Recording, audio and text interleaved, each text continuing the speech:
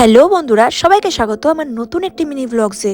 আর এটা যে দেখছো এটা কিন্তু গ্রিন টি, বাট এত কিছু ইনগ্রিডিয়েন্টস মেলানো হয়েছে এটাতে যে পুরো রং একদম কালো হয়ে গেছে। আর এখানে দেখো বাবা সকাল থেকে আর্ট নিয়ে বসেছে তো বসেছেই।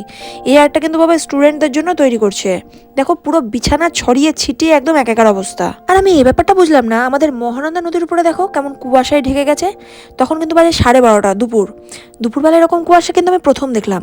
মেইনলি আমি আর মা বেরিয়েছিলাম, ভাইয়ের যে জ্যাকেটটা কিনেছিলাম জন্মদিনে সেটা হয়ে গেছিলো ছোট, সেটা চেঞ্জ করতে গেছিলাম। আর সেটা চেঞ্জ করার আগেই কিন্তু আমরা পিয়ারা কিনেছি, কারণ আমি পিয়ারা প্রচন্ড ভালোবাসি। পিয়ারার লোভটা ছাড়তে পারিনি, তাই মাকে আগে বললাম জানি না পরে সে দেখতে পাবো কি পাবো না, তাই তুমি আগে পিয়ারা কিনো, তারপরে মলটাতে ঢুকবো। কোনো কিছু যদি চেঞ্জ করতে হয়, মানে সাইজে ছোট বা বড় বা ছেঁড়া কিছুই হোক, চেঞ্জ করতে হলে টাইমটা কিন্তু এই মলটাতে হচ্ছে দুপুর 12টা থেকে সন্ধ্যা 7টা অবধি। তারপরে কিন্তু তোমাকে চেঞ্জ করে দেবে না। মলটার তো নামই বলতে ভুলে গেছি, সিটি স্টাইল মল। আর বাড়ি থেকে কিন্তু মার আর আমার কথা হয়েছিল জ্যাকেটটা চেঞ্জ করে কিন্তু আমরা বিচিত্রা মার্কেটে ঢুকবো, সেখানে সব জিনিস পাওয়া যায় আর সব কিছু কিন্তু সস্তা খুব। আগের দিন মা চন্দ্রমল্লিকা ফুলের গাছ আর একটা গাঁদা ফুলের গাছ নিয়েছিল 110 টাকা দিয়ে, কিন্তু এখান থেকে আমরা 4টা ফুলের গাছ নিয়েছি মাত্র 50 টাকা দিয়ে। ধরো ভিডিওর শেষে গাছগুলো অবশ্যই তোমাদেরকে দেখিয়েছি। আমি আমাদের মালদার রথবাড়ি বাজারে গিয়ে একটু অবাক হলাম, কারণ আমি অনেক বছর আগে এসেছিলাম মার্কেটে আর খুব একটা আমি যাই না।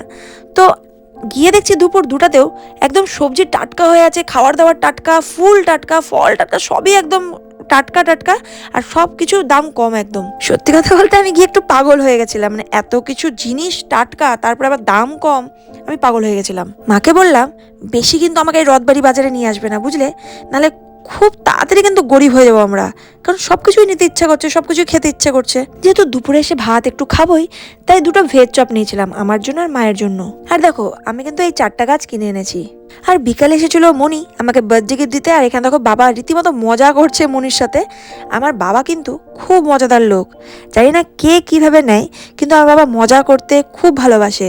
বেশিরভাগ শিল্পীরা কিন্তু এরকমই হয়, মানে একটু মজাদার হয়, অনেক কথা বলতে ভালোবাসে। আবার কেউ কেউ আছে যে কম কথা বলতে ভালোবাসে, কিন্তু মন কিন্তু পরিষ্কার হয় যতদূর আমি দেখেছি শিল্পীদেরকে। আর জানি না এখানে মনে হয় গাঙ্গুবাইয়ের আত্মা আমার উপরে ভর করেছিল। গাঙ্গুবাই স্টাইলে বসে আমি মায়ের সাথে গল্প করছিলাম আর মটর ভাজা খাচ্ছিলাম। আর আমি নেল পালিশ যেহেতু পড়তে খুব ভালোবাসি, তো ওই মলটাতে না নেল পালিশ অফারে ছিল, তাই আমি 3টে নিয়ে নিয়েছি।